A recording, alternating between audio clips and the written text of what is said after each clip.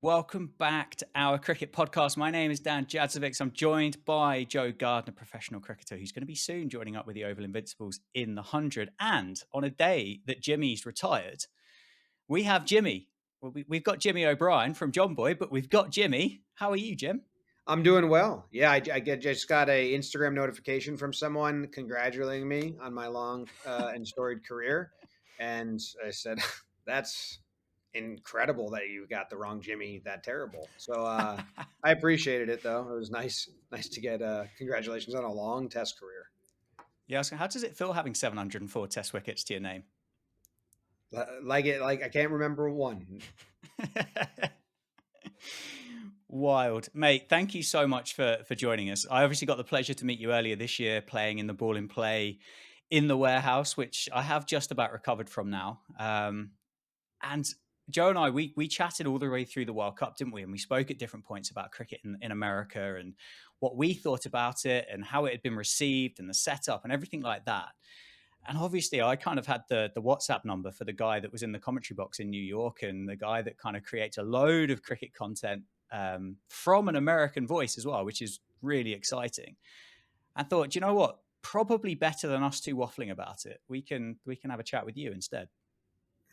I appreciate that. Yeah, it was quite the experience for me to go be a foreigner in my own country. Basically, I was the only American accent in the building, and that was odd. I was definitely out of my comfort zone, but everyone was incredibly kind. Everyone's been incredibly kind this whole like journey I've been on with just learning and loving the game and asking questions and then translating it for other Americans to understand. But in a lot of sports, there's a lot of gatekeepers keeping new people out or just saying you're wrong, you're an idiot, which I surely am sometimes because I don't know. I'm just learning the game. But no one has done that, and it's been very refreshing and rewarding.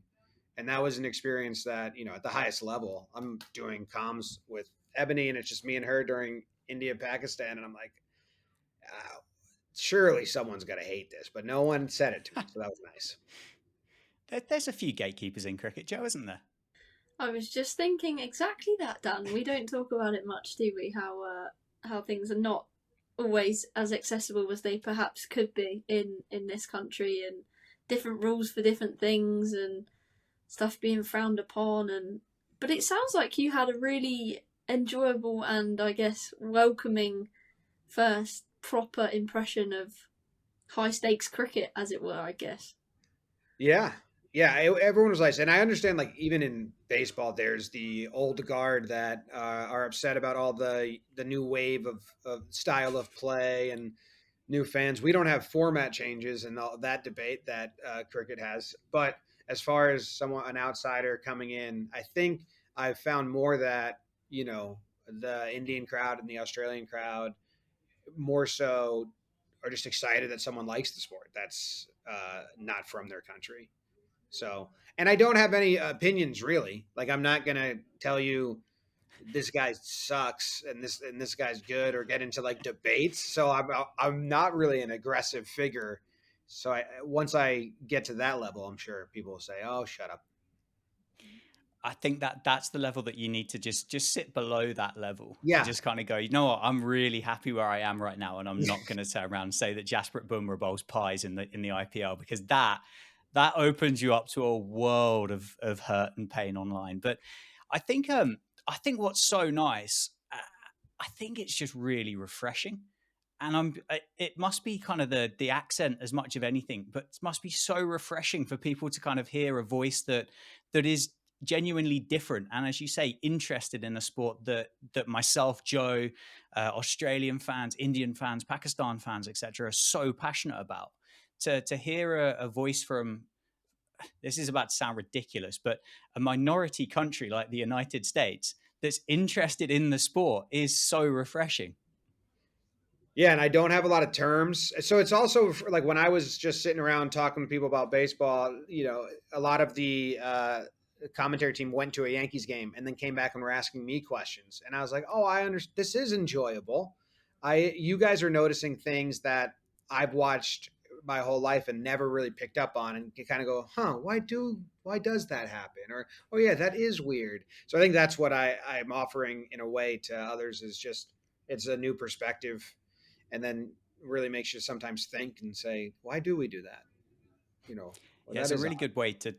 Yeah, it's a really good way to kind of start this first question that I've got for you as well. Because those that don't know, Jimmy, and you feel free to go on and explain this better than I will. But your content, as far as I understand it, started with the New York Yankees and then kind of branched out incredibly kind of quickly and fruitfully into lots and lots of different sports and different teams and genres and everything like that.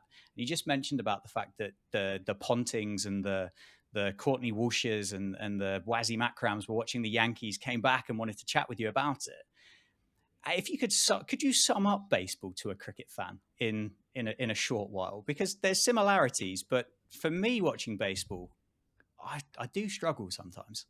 Yeah, I this is harder for me to do than explain cricket to a baseball fan, because I think that's why cricket fans have a tough time explaining cricket to baseball fans, because when you have too much knowledge, you go too deep into like, this is different and this is different. Like, a lot of people just start out with like, well, in cricket you can hit it every direction. And that doesn't really tell you the difference in the sports. It's just one aspect that's different. So I'm going to try and do it. I thought about this actually. Like, how do I try to use cricket brain to explain baseball? So imagine, the one thing you have to know, and in baseball, outs are very common, and they need to be. So a lot of people joke about, oh, they need gloves. It's like, if baseball was played without gloves, it would destroy the structure and format of the game. Um, Outs are very common. You need to get 27 outs in 3 hours to win.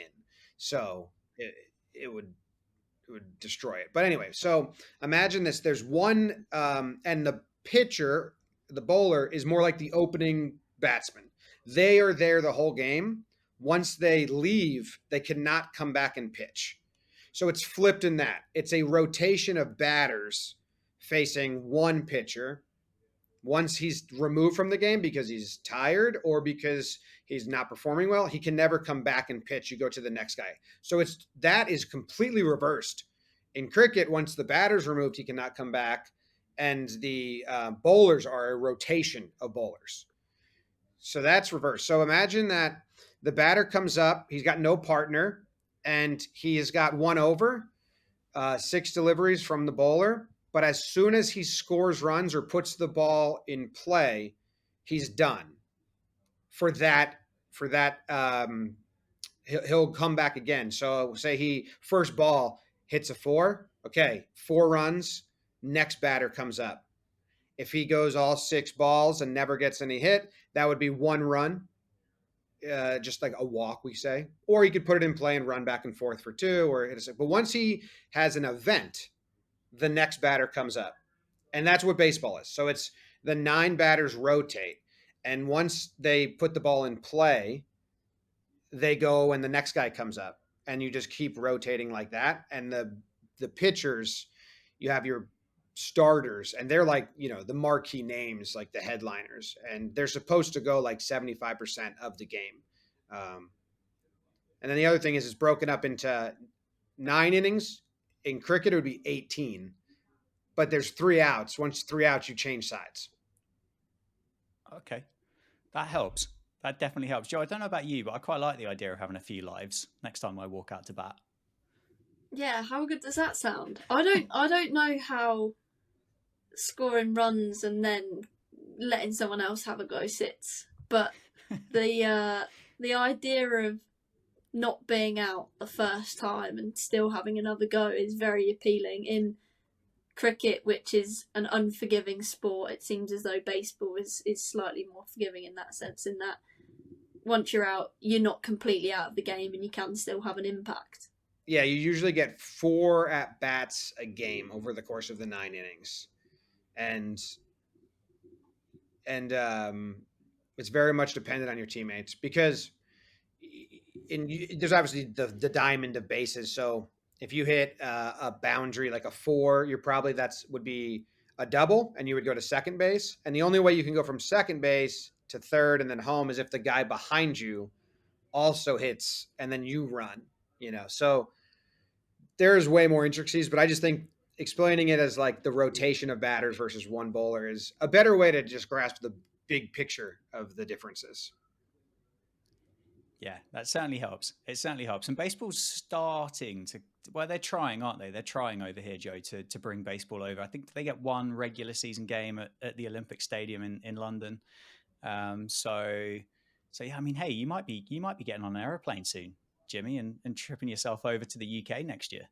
Do you want to know what's very interesting and funny is when when Major League Baseball sends teams to England, they won't officially say this, but I think they send what we call juiced balls, balls that fly farther and faster, Okay, right. because England and cricket fans want runs and want action, and Hmm. baseball fans want runs and action too, but not a crazy amount. So like when the Red Sox and Yankees went, it was like 10-8 final score, which seems low to cricket, but runs are not common in baseball. And I'm like, what a bad product. Like baseball is more like test cricket. It's about defense and the pitchers dominate. Like it's very hard to get a hit and to score runs. We're like, oh, that's not baseball. Like that was a home run competition, which is what you guys always say baseball is, but it's actually not. And so when the World Cup was here, and it was 70 totals of 70 and 80 runs, everyone in the cricket world was like, what a terrible display. You want to get Americans interested? This isn't going to work. And Americans are like, this is awesome. They have no idea that 70 is not a lot of runs. They have no, like, they don't know what to expect. It's closer. I found that very funny because when I complained about baseball, people from England and London online were like, "No, that was awesome. I very much enjoyed that." I'm like, "Oh, okay, that's an interesting dynamic." That is really interesting that you mentioned about the product in New York specifically with regards to the product that you've just said Major League Baseball ship over to the UK. It was something I was going to keep up my sleeve for when we started speaking about the World Cup, but I think you've pretty much covered it. I might come back to it though when we get to it. But go on, Joe. Do you want to? I'll fire over to you, Joe. Yeah, a little bit more, I guess, cricket related. Do you like so? Obviously, it feels you're quite new into like your cricketing life or cricketing journey or cricketing interest. Do you remember what like the first thing that attracted you to cricket and you were like, okay, let's see what the crack is with this. I'm interested and want to find out more and I guess spark that curiosity. Well, I lived in Australia from 8 to 10, so I played a little bit on the schoolyard, but don't really remember that much. And I never played like official, like league cricket or club cricket or any level of sanctioned sport. I was in the hospital with my son when he was just born, and the 2021 World Cup was on. So I don't remember, and that's when I started actually watching full matches. But for me, I've wanted to connect with that part of me that lived in Australia and not lose it because I was only there for 2 years. So, like when the Test documentary came out, I loved it. I like behind the scene fly on the walls documentaries, and then it was also like Australia, so I was trying to not lose like my memories of there.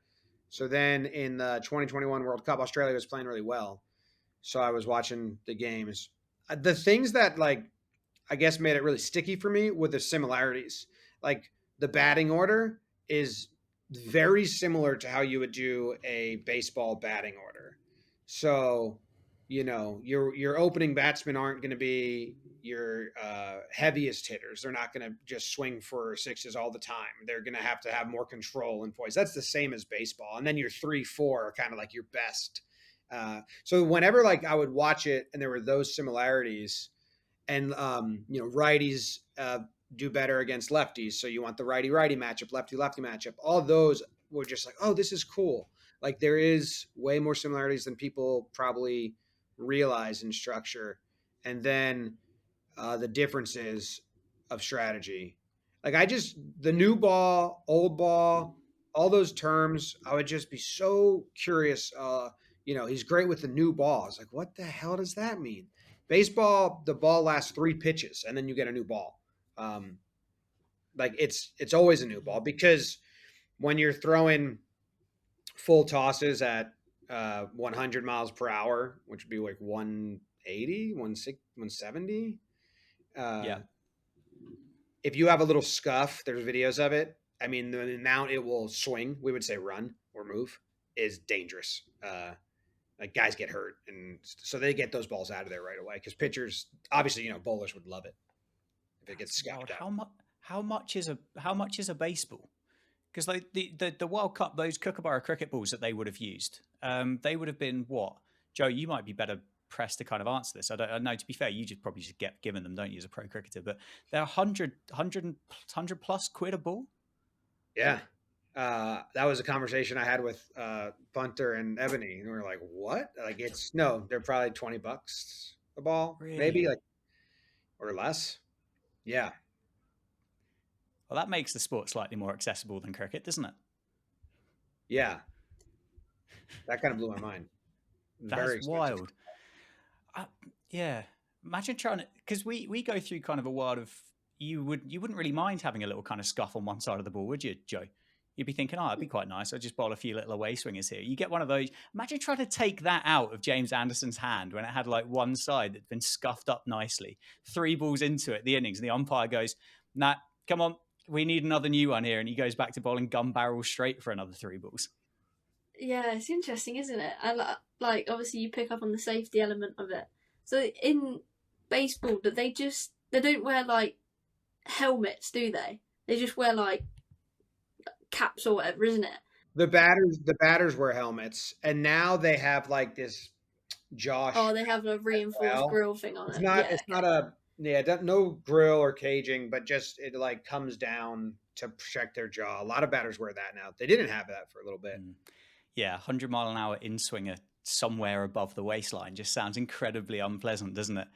Um, okay, I obviously followed you guys for a while, and I know that you love a bit of kind of fantasy trivia type social media things. And what I wanted to do, I did this with Joe the other week actually, and I think Joe put together a pretty good six-a-side team. And you might be slightly more flavorful because there's obviously other sports that you're interested in here. And I think if you can back up your players here, I think you come up with a really good six-a-side team. But who makes John Boy's dream six-a-side cricket team? I, I I have answers. There's a lot of baseball. I was like, all right, I got to do some baseball. So the baseball players, I'm going to go Shohei Otani. He's the best player right now, and he is one of the only all rounders in baseball. So he pitches and hits. That doesn't happen. Um, Mostly because guys just get it like trained out of them, and because you don't the pitchers do not hit. They don't. It's not part of the game. It used to be, but they were never good. So Shohei Otani would be on there. And then there's a guy on the Yankees called Juan Soto, and he's got great bat control and his ability to use cricket term to leave bad balls is like the best in the game. So he'd be a great opening batsman. Otani probably would be like a 3-4 come in and take over. Um, I would like to see like Federer, Nadal, because the tennis reverse, I think, would come into play against spin. I think tennis players that have like that technical backhand and forehand. I don't know if this is a thing. Like, I know that Steve Smith played tennis growing up, and he says it helped him. But I feel like they would be able to bat away spin because that's all they do is hit spinning balls with a tennis racket. It would be smaller. So give me like two of those just to see. I'd be interested in Yeah. that. AB de Villiers was pretty good at tennis and he was pretty good at batting as well. So there definitely there's some logic behind it. And then there's some like Jenny Finch is a softball player, but she might be aged out of. I don't know who the most dominant female active softball player is, but I'm going to go Jenny Finch. I don't know if you know who that is. She was a pitcher in softball, but the softball swings are more similar to cricket because your feet get way more involved. In baseball, you stand still and you just stand in the liver. In women's softball, they have different swings. They have where they'll run up, like run down the crease and slap the ball to the left or right, or they'll stay back and go big. So the footwork would be interesting because I think they'd actually translate quicker baseball. So I'll put. I don't know if there's a better One of the Alabama players is great, but I forget her name. So I'll go Jenny Finch. She's the best. And then I was trying to think of other like basketball or NFL, Mm. but I don't think those skill sets translate at all to a bat and ball sport. Possibly not. You'd think as kind of pure natural athletes that you'd be able to pick up a cricket bat and hit cricket balls fairly hard, wouldn't you? And I would imagine somebody like, I mean, any of those basketball players. Imagine facing kind of a 6'8" LeBron James running in from the pavilion end at this six-a-side game or something. I don't think you'd find many cricketers would be dead keen to face up against somebody that's releasing the ball from about 7'9". But I've seen those baseball players, those basketball players try to throw out the first pitch of a Yeah, fair baseball point. game. Yeah, This yeah. is not good. But I was thinking the other sport that I enjoy, but I don't know the names, would be Irish hurling, because it's a bat and ball sport. And then when they take a mark and they have to catch the ball, that is barehanded like cricket, and they're catching balls that are just whacked pretty far. So defensively, they'd probably be good patrolling the boundary, and then their style with the bat would be bizarre. There's one real famous guy. Irish hurling doesn't. They're like Ireland is like the U.S. Their best sports, no one else plays, so they're not good at the international level. Like hurling and Gaelic football and the NFL is like I'm amazed. I'm not wrong.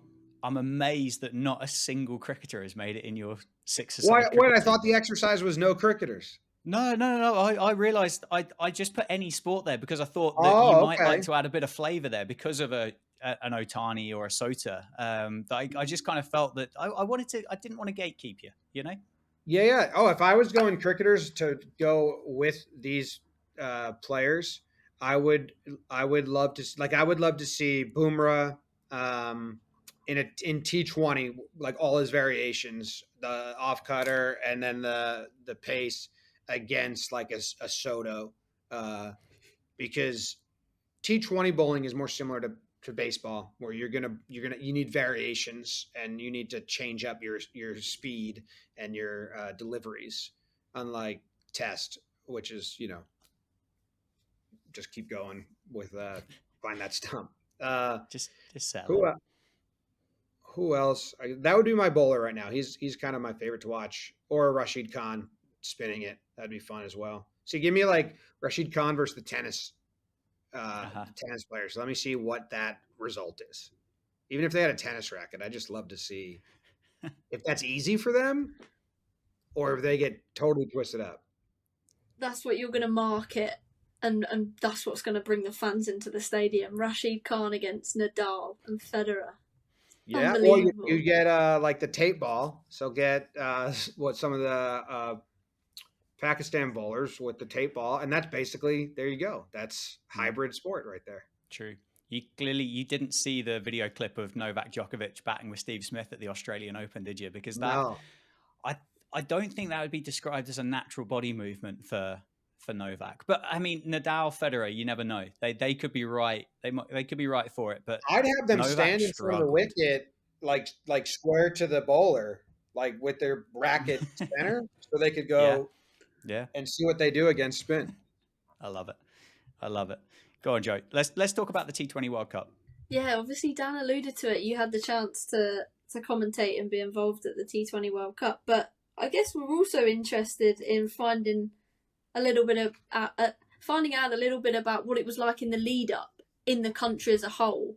Like obviously there were the games that were in New York and Fort Lauderdale or wherever it was in Florida. Was it just those kind of places that were building up to the World Cup, or was it more globally across America as a whole? No, I think that there wasn't much noise in the lead up until America beat Pac. Like I don't think there was much noise in the country until the U.S. beat Pakistan. Pakistan. I got to rid my accent on that one. But it's really hard. Manhattan, New York City is so big. nothing can take over New York City. Nothing. I walk through the streets every day, and I've never walked down and been like, "Oh, this must be going on. Look at all these people." It's too many people. Nothing can, like, maybe a marathon because it shuts down streets. So it's really tough to like make a wave in that city. And Dallas had their basketball team and their hockey team going through deep playoff stretches, so they were kind of caught up in that wave. So I don't even know if, like, a lot of people want to say they did a terrible job like marketing, but I don't even know how they would do a good job marketing cricket to not, like, it's too quick for the novices that have never watched or never thought about watching to be interested. So what I think it did was, it now we have people that have never watched or have never consumed. Now they might be interested, and the US winning and making it to the second round was surely, I think, a bigger movement than hosting, but the combination, once it was happening, I think did perk a lot of interest and curiosity. But the lead up, I don't think there was much. Could you, as a non cricket fan, was there a chance of stumbling across it, if that makes sense, or is that or was it literally a case of you almost had to be invested in cricket to kind of find it was going on, or were there kind of news reports on ESPN and Fox and things like that that would have gone out to somebody that had never seen cricket before, and they might have gone, oh, that's interesting, I might have a look at that. So if you lived in the areas with, especially New York, where they did the pop up stadium, if you lived in on Long Island, Mm. You would have known what's causing me so much traffic. Oh, that's the new cricket stadium. When the U.S. beat Pakistan, it was on ESPN. It was on all the talk shows. Aaron Jones did a million interviews, and that got into households. That got into social media. That found people that weren't looking for it because it was a story. So that definitely helped. Mm. And then with regards to commentary as well, that was obviously your kind of debut into professional cricket sport, and just kind of went straight in at the top. I mean, who needs to start anywhere else? Had you done any commentary on any other sport in the build up to that, or was walking into that New York stadium on your first day, like, did you have your photos taken on the front step before your first day at school in your uniform with your lunchbox and stuff like that, or was it, or were you actually prepared, or was it literally just a, oh my word, this is going to be something special? I'd never done, like, obviously I talk in front of a mic uh, every day for 4 hours. That's very different than professional commentary. Like, I've never been part of a MLB game. We do side screens but that's also not formal commentary. So it was my first foray into that.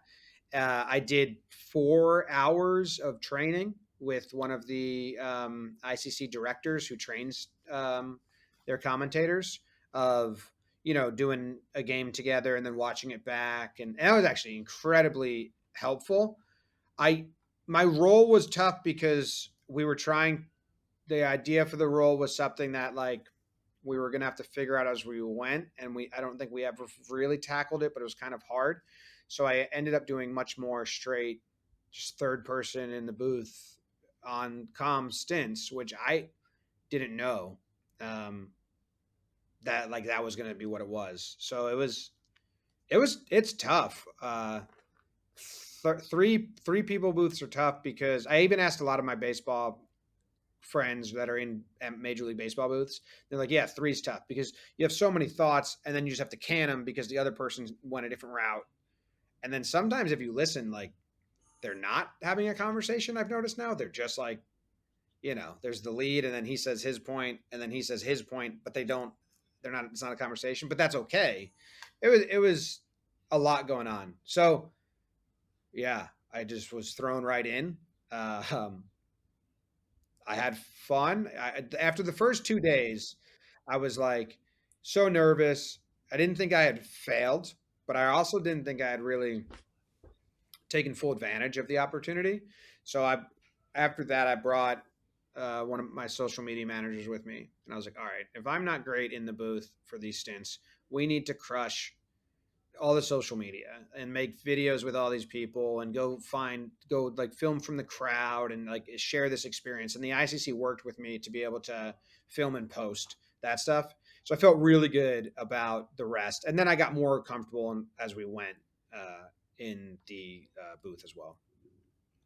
Yeah, I mean, I was bricking it the first time I did it on a live stream for county cricket when kind of a bloke and his dog watches it from the living room in Northampton. So to do it on the biggest stage must have been nerve wracking. And honestly, I thought it was great. Like genuinely thought it was really good. And as I said earlier, it's so nice to kind of hear a new voice and somebody that is so passionate about it and kind of wants to be there rather than it's X again or whatever. It was really nice. It was a great addition to have. Well, thank you. It feels good to hear that. Would you would you say if they were to ask you to do it again at like another World Cup, because you do have that kind of difference point, and obviously if the USA were to qualify for the next T20 World Cup, for example, would that be something you'd be interested in pursuing again? Yeah, I think we have it. I think we have it. So like part of the contract was that in some capacity we'll be helping or working with the next World Cup. And the US now is going because they made it to the Super 8s, so that's pretty exciting. So I don't know what I'd be doing. Um, I'd also like with Major League Cricket. I'm flying to Dallas tomorrow, and I'm going to do a pregame show with them because the Major League Baseball All Star Game is also in Dallas, so I happen to be there. But I'd love to do more. I think the better role with rights and licensing, this probably will never happen. But if we could just get a game and air it on our one of our YouTube channels with me doing commentary for Americans, because the World Cup it was tough to fully do it for a new audience. I've been listening to Major League Cricket, and they're actually doing a really good job of blending it, of explaining stuff to anyone that might be listening new. But also, it's not so amateur junior for people that are watching that know the game. But if I had like a game and I could tell my audience, hey, like I might not be 100% right with what I'm saying, but I'm gonna just at least tell you like the vibe of what's happening. I think it would be the best. I'd be the most comfortable doing it that way as well. But if they invite me to be in the booth again, I'll be happy to do it, and hopefully, or definitely, I'd be more comfortable than I was. Like my first game was with Nasser and Bishop, and it was the first game in the U.S. It was the USA versus Canada, so two teams that they were studying to prepare. So like we didn't really get much time to talk in the ride there. Or the first time I talked to Bish, besides "Nice to meet you," was on air. Before it's like "Nice to meet you," shake hands, "Nice to meet you," shake hands, because he was just studying and preparing, and I was like, I don't, I shouldn't be talking with these guys. Like, why would I interrupt them? So I was like, oh boy, but we got through it. That's wicked. That's so cool. Like, obviously, yeah, almost. I bet it almost felt like you were a little bit more qualified to talk about the American side of things than them prior to that match at one point. Do you think? Obviously, you mentioned the Major League Cricket, which is obviously happening at the moment over there. Do you think that obviously that's had quite a lot of hype over the last couple of years, last year and this year, really, kind of on the global T20 franchise circuit. With that in mind, and obviously the T20 World Cup, what do you think the legacy will be like that's left behind on Americans? Do you think that it would have had enough of an impact for people to, yeah, I guess, grow the game? Yeah, well, I think the fact that the U.S. won, beat, had a major upset. Oh, my lights just turned off in here, and then hold on. The fact the USA team won, so you had a major upset, and they kind of announced themselves as we're here. And their first game in the Super Eights against South Africa, they held their own. They did not get just destroyed. They looked like they belonged for that match. Uh, I and the fact that that gets them automatically into the next World Cup, it gives the U.S. now legacy. I think they have to do so much more in the next 20 years. If 20 years from now we're bigger, we're still here, Major League Cricket's a thing, and Team USA is playing international matches and hold and develop a next level of talent, then I think you're going to look back at this first World Cup as an associate nation and say they did way more than anyone expected to build a foundation for this. That there's got to be a lot of 12 to 15-year-old kids that are expats or their parents are, and they had no idea that this was a lane they could go play. And now all these academies are trying to open up and find coaches to service the youth that knows the game. Down the road, people that don't know the game need to want to learn it and play it, and that's when I think you find full success. But as far as kickstarting any movement, the fact that this team won and held their own in the Super 8s against South Africa did and guaranteed another visit, because imagine they don't qualify to the next one, it might die on the vine then. But now they're in it. There's going to be more World Cup matches, and the Olympics are in 2028 in LA, and cricket is there. So the US will be the host nation. And that just means more people from India, Pakistan, South Africa are going to move to the US, get their 3 years, try to qualify and play in the Olympics. Yeah, I think the fact that there's the 2028 Olympics relatively soon, I think helps hugely.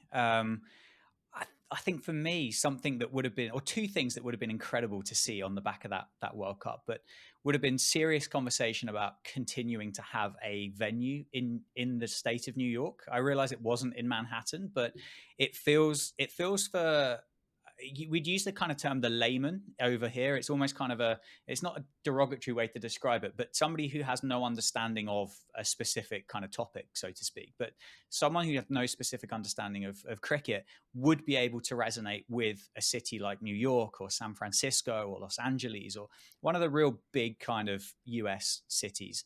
And I think when you had cricket in New York, although, yes, fine, it wasn't in Manhattan and you couldn't see the Empire State Building from the top of the stands and all this other stuff, it was still in New York. So to have a venue there would have been incredible. And also, and not to say they couldn't rebuild it, but also to have future series planned. Have a three T20 series against England later this year. Have it booked in that India were going to visit before they went to the Caribbean, and that the US were going to go to Australia for three T20s, for example. And I realize it's still an associate nation and therefore maybe doesn't get the key to the door to get in. But if the US go back to playing respectfully a Bermuda and a Canada and a Kenya, does that almost devalue what the United States team did in the World Cup because they haven't then been given a fair shot at doing what's needed next? I'm not familiar with how the bilateral series and how all Mm, the it gets planned. It seems very hard to be an associate nation and get one of the big countries to come play or for to invite you to come play. I know like Ireland will play like the Netherlands every now and then. So like yeah, I feel like US got to get on that circuit. If you want to get out of Bermuda and Jersey and Canada, like okay, let's go Ireland, Netherlands, Scotland. That's the next jump mm. before I think you get India to come or Australia. But that's just my understanding of like the hierarchy that exists now. I understand it should be more welcoming because if you want the game to grow, you gotta you gotta give people chances to get better. Yeah, I think you're exactly right. I think you're understanding spot on as well. It's kind of a tiered system, isn't it? But if the cricket and the ICC are desperate for cricket to work in America, surely we can sort something out and kind of just forward or just move it along a little bit quicker than what maybe would do otherwise. But hey, we'll see. And with Major League Cricket, their goal is to have stadiums for the teams. Like right now, they Mm. just play in North Carolina and Dallas. But the goal is to continue to grow, and like the New York team will have a New York facility in Seattle, and they're trying to, I think, convert more minor league baseball stadiums, which is what they did in Dallas, and it worked pretty well. Yeah, that stadium looks amazing. The one in Morrisville looks pretty stunning as well. Bit nicer than a few of the county grounds around here in the UK, but maybe I'll get to visit one day. I need to chat Nate up and see if I can get over to Morrisville. Figure that out. Yeah. We'll figure that out. We'll continue with your trivia. You watched a lot of the T20 World Cup, and again, I know you enjoy this. I've seen it all before, and there's lots of kind of social media clips. But do you think you can name the top 10 leading run scorers from the T20 World Cup? I can try. We can get some of them.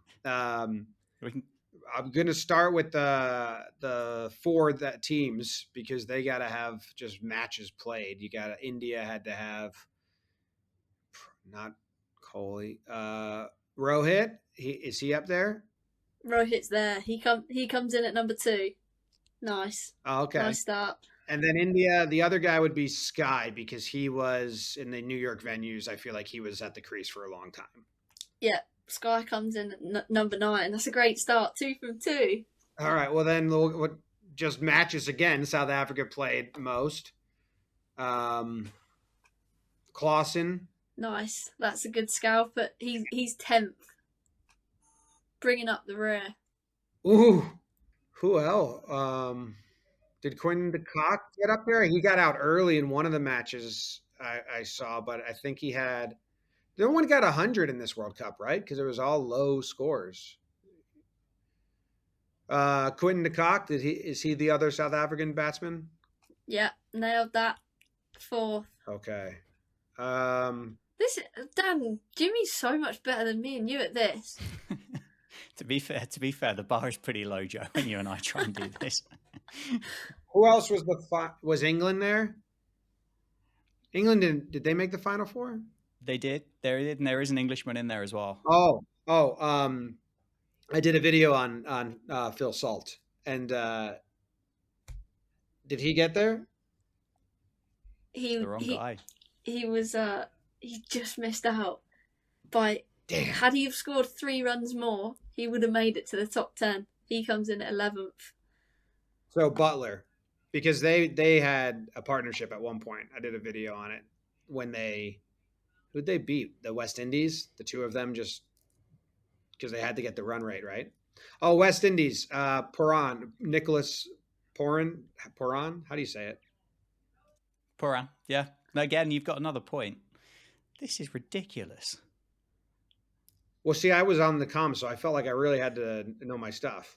I got stat packs sent to me every day. The Afghanistan players, I'm not going to be able to pronounce their names without reading and practicing, but the keeper for Afghanistan, Gurbaz. Yeah, Ramanullah Gurbaz. He was the leading run scorer, so you got him at number 1. He was wow. Australia. Who did well for Australia? Warner had a great first game against like Guyana, whoever that was. But I don't think Who did well for Australia batting? There's just 3 left here, Jimmy, as well. This is a clinic. A trivia clinic. It's got to be just openers or third batsmen, right? Mainly because they get the most time at the crease. And it wasn't Warner. Who'd opened with him? Travis Head? Travis Head, yeah, he's there. He's 3rd. So you're looking for the 5th leading run scorer and the 7th leading run scorer. Would you like nationalities here, Jimmy, as well? Would that help? Yeah. Okay, you've got another Afghanistan batter, and you've got. I think I'm not going to get that. Okay, well, you've got a fellow countryman in at number 7 as well. Someone from the US team. Oh, that's tricky because Jones obviously had the first 2, but after that, he never really found his form. Does a US guy have his average has to be kind of low? No, is it just averaged 40? Who opens for the US? Averaged 43.8. 250s. Ooh, okay. 151 strike rate. Wow. All right, I'm going to go through the U.S. batting order. Patel only played one match and he was out. Taylor, I don't think he. Corey Anderson didn't get enough time at the crease. Um, Harmeet Singh had that one great game against, I forget who that was, but West Indies maybe. But you know, oh, House. It's on fire. He was the one with Jones that in that first game and Pakistan maybe. I don't think I'm gonna No. get the other Afghanistan name. Go on, Joe. Put Jimmy. Not even misery, is it? 9 out of 10. This is a cause for celebration. But who's the 10th? The 10th and the 5th leading run scorer was Ibrahim Zabran of Afghanistan, but that is a serious effort. Great work. That is a little bit trying to just name the opening batsman from the from the final two teams, the final four, and keep going. It doesn't matter. It doesn't matter how you get there. That is a serious performance. I think there's just one kind of thing just to round off really. I genuinely appreciate your time on the podcast. But in your opinion, what do you think cricket would need to be a successful sport in the United States? I don't know whether we could sit here and say in the same conversation as Major League Baseball and the NBA and the NFL, etc., because they've got a few hundred years head start, haven't they? But and that shouldn't be the what barometer would of success, I don't think. no. But what would cricket need, do you think, to be successful? One first thing would just be time, an allowance of time. It's not going to get big in 5 years, and even be anything. It took the WNBA and MLS around 20 years. Soccer, maybe even more because they tried other leagues and failed. Now MLS is very popular. They like pack stadiums every match. People love it. They get into it. So, but it took about 20 years for that to happen. So just time and like an understanding from everyone investing that this will take time. What soccer had going for it was that the youth played it and the youth understood it, even if we didn't have our own domestic league and professionals. The American youth grew up playing soccer. What cricket has is they have an audience in the U.S. that knows the sport and loves it, the whole expat community, but they do not have anyone else that even knows anything. So I think what they need to do is you need to continue right now. Their effort is to win over the expat community right now because they are a buying public that wants to send their kids to academies to learn how to play. They want to buy tickets to go see the sport and get a flavor of their country and their culture in their home country. And if that can drive revenue and interest, then the investors that are investing and banking on it being big in America will allow themselves to give it more time. And then you need to get into the culture, like the elementary schools and youth clubs. You need to get girls to play it. If you want to get it into college, then you need to have young girls playing it because of the way the college system works. They have to give out equal scholarships. And if the girls are playing it and they are excelling and then it becomes a sport in college, well, then you're going to get scholarships for it. And then you're going to get boys as well. Both boys and girls should be playing at the youth level. But that will take about 20 or maybe even longer to get it to be like, if I'm 10 years old, cricket's normal to me. You know what I mean? That's why I think if you're 15 years old right now, Major League Soccer is a big sport. Like they don't think of it as this new upstart league that I think of it as, because when they were born, it existed. So you just need time for that. Once the 15 to 20-year-olds are around and cricket's just a sport in America. And yeah, we go to the World Cup all the time. This is my 5th World Cup I've watched, and we play in the Olympics. This isn't weird. That's when you'll be at the time to get big, in my opinion. That's a great answer. And yeah, I mean, my other question that we were going to ask, or that Joe had teed up, was about cricket in the collegiate system, but you kind of covered that off anyway. So any other questions from you, Joe? I don't think so. I feel like we've covered that, and yeah, Jimmy, your answers have been fantastically detailed, and insightful, and I think I feel like you've got a proper passion for wanting it to get bigger in the States, which is, as Dan mentioned at the start, just really refreshing to hear. Yeah, it's fun. I just think I really like strategy games, bat and ball games that are, you know, mind and physicality. One thing about cricket is I think it's the biggest game of restraint um, you have, where you know there's times where both teams like in the World Cup when I was watching matches, it was Pakistan versus India, right? And India needed a or Pakistan needed a wicket, but India could just play through. Maybe it was the U.S. versus India, which actually got close. And you're like, whichever team sells out for sixes or sells out for the wicket, and if they miss that shot, then they're screwed and it's done. So it's kind of this bubbling like restraint of like, don't just stay the pace, stay steady. But both teams want to be like, no, let's like go all out and like take his wicket. Let's bring in Boomerang now and just get it. Or so I really love. I think it's crazy, and like to play a proper cut shot is like restraint that like you don't have in baseball to just let a ball travel that far. So that's kind of like strategically and physically, it just seems like such a game of like discipline. I said, Jimmy, whilst I was over in the States, that you have to come over and I'll get you out on one of the many village grounds in the UK and get you dolled up in whites and take you down Yeah, the sports shop and get you all togged up with your pads and your helmets and gloves. So if and when you do make your way over to the UK, I'd love to sort that out for you. But we'll put it as in it was, the plans. yeah, as it was earlier this year, mate, it's been a pleasure to chat with you. It's been really, really good, and thank you for giving up your time to have a chat with us both. Yeah, thank you for having me. I appreciate it. Legend. See you next. Well, I won't see you next time, Jimmy, but we'll see you next time. All right, thank you guys. Thanks, Jimmy.